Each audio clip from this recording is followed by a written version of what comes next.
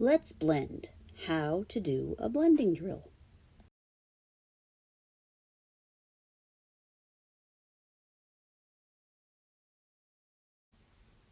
What is blending anyway?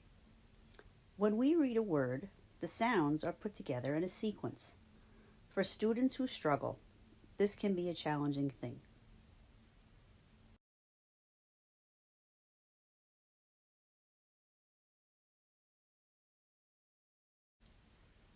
Being able to blend sounds helps students to decode unfamiliar words. Teaching blending builds phonemic awareness skills.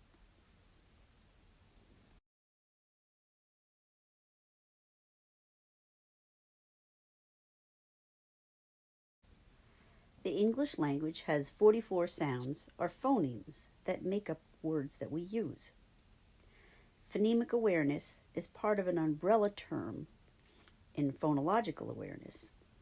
Phonemic awareness is the ability to manipulate these sounds into the meaningful parts that we use to make our words.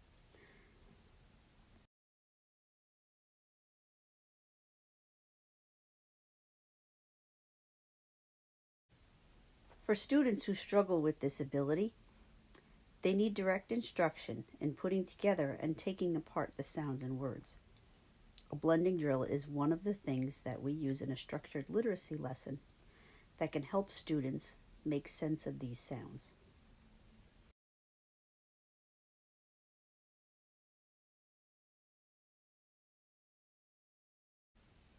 A structured literacy lesson incorporates building phonemic awareness by directly teaching sounds and how to manipulate them.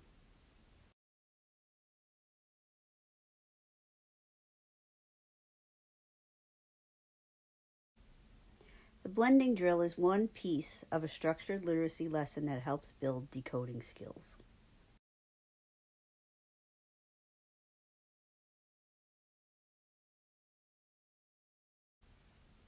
A good lesson should always begin with reviewing sounds.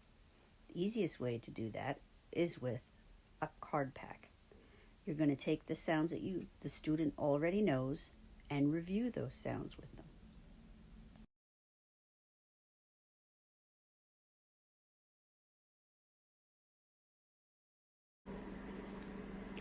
This video will give you some guidance in the first 3 parts of a sound lesson. The first part we're going to do is the Cardpack to review sounds. When you say the sound in isolation, it should be clipped.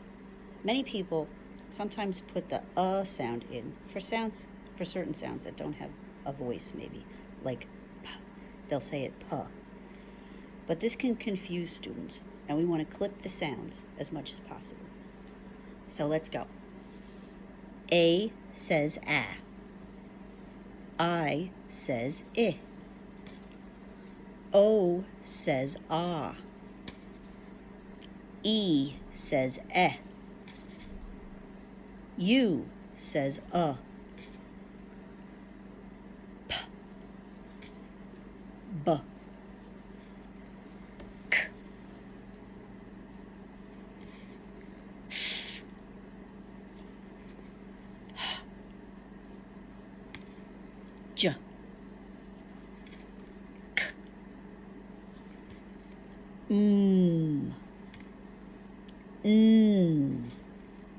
R.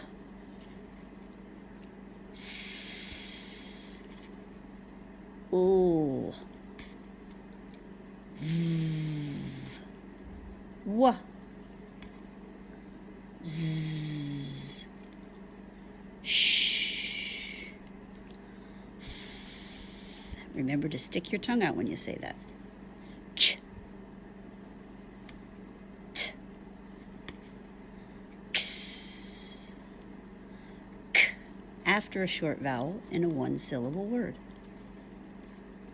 G. D.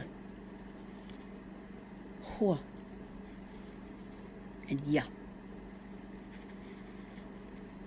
Qua. All. That's the first part. The second part would be to have the student do spell sounds. where you ask the student a few sounds and they write down their response.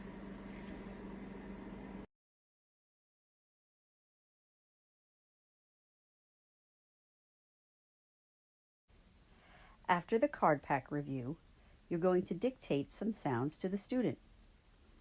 How many sounds you dictate will depend on how old they are and the time that you have. In a half-hour lesson, 3 is usually a good number to do. Since this is review, you'll choose the last 3 things that you taught your student.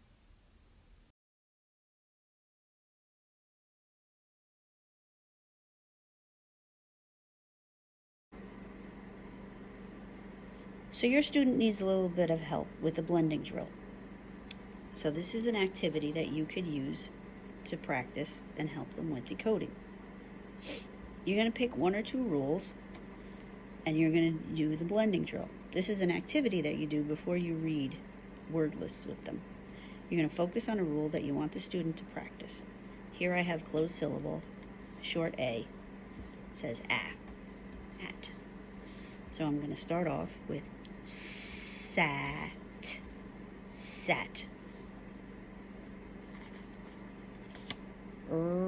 At, rat. Eventually what I want to do is I get my student to go rat. But I'm going to touch each sound and drag my finger across so that the student can blend it. Now sometimes what you might want to do is have the student have a little car or a little toy that they could use to drag across if they want to. You have to decide what your student can handle and if that's not going to be too distracting for them.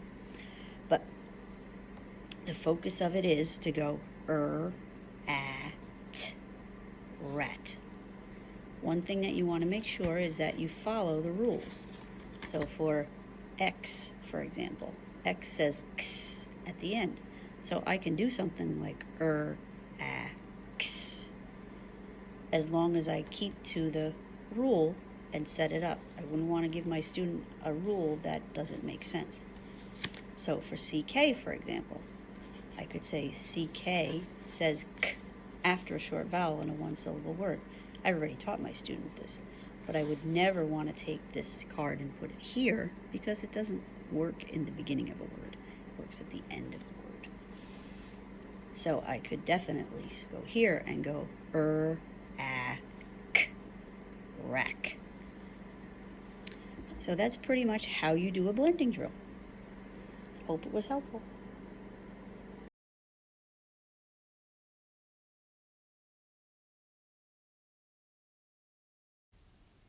One thing that I had found that was helpful in the beginning when I was first starting out was to color code the back of the cards with a small dot to help figure out the beginning, middle, and ending sounds. I used green for the beginning sounds, orange for the middle sound and the second sound if there was only a 2-sound word, and red for the third sound. That way, as I went through the card pack with the students, I would sort the cards into a pile as I went along. And when I was ready, all I had to do was flip the cards over and I was ready to go.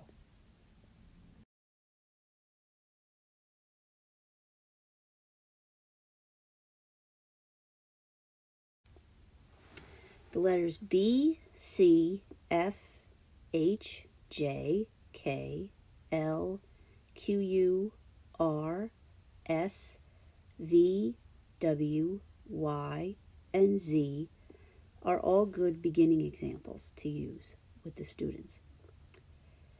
F, S, M, and V are especially good because they're called continuants. That means that the student can say the sound until it's blended with the vowel. For example, if I want the word fat, I can go fat. I can keep going with it. And that helps with students who have a hard time hearing those sounds because they can say it until they get to the next sound.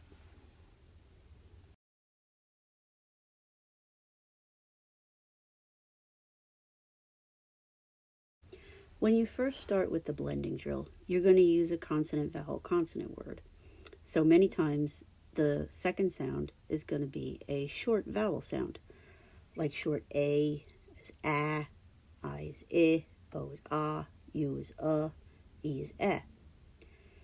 So, but sometimes the word may be something like say, where you're teaching AY at the end of a word, or you're teaching OY as oi. And then you're only going to have a two sound word, so you're going to have that AY as A or OY as oi, and then you're not going to have anything after it, so you would stop it there.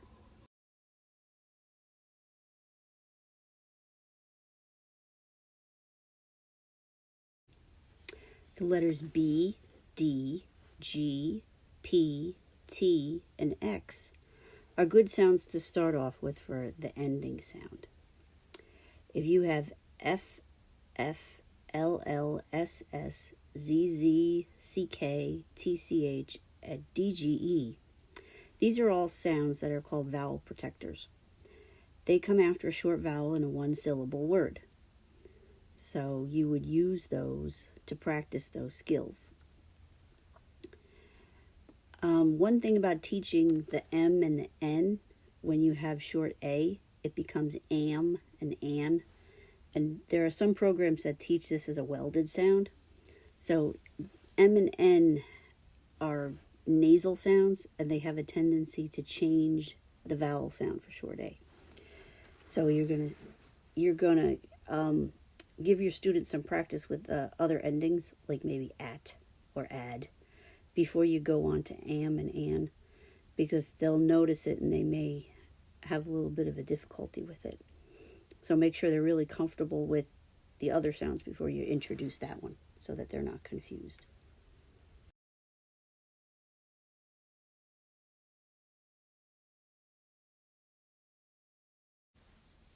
So here's your chance to practice. You've made it all the way to the end. Grab a set of cards from your students and try it out. Practice it. Maybe practice it with a friend, practice it with another teacher or another aide. Hopefully this has helped you, and I welcome you to reach out with comments and questions, and take care.